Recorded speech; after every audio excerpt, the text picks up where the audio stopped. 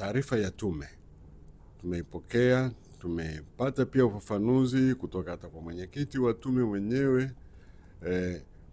Maoni yangu kwanza ni ipongeze tume kwa kufanya kazi kubwa na njema.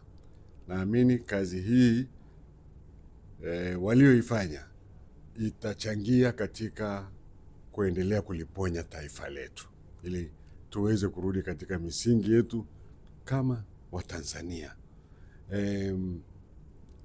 Niombe sana serikali na wale wote watakaohusika kupokea mapendekezo ya ile tume. Mapendekezo ya tume waliotoa ni mapendekezo mazuri sana, na mapendekezo haya yaweze kufanyiwa kazi.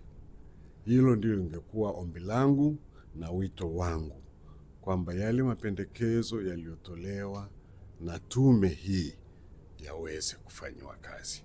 Naamini yatatusaidia sana katika kuendelea kuponya kama taifa. Asante.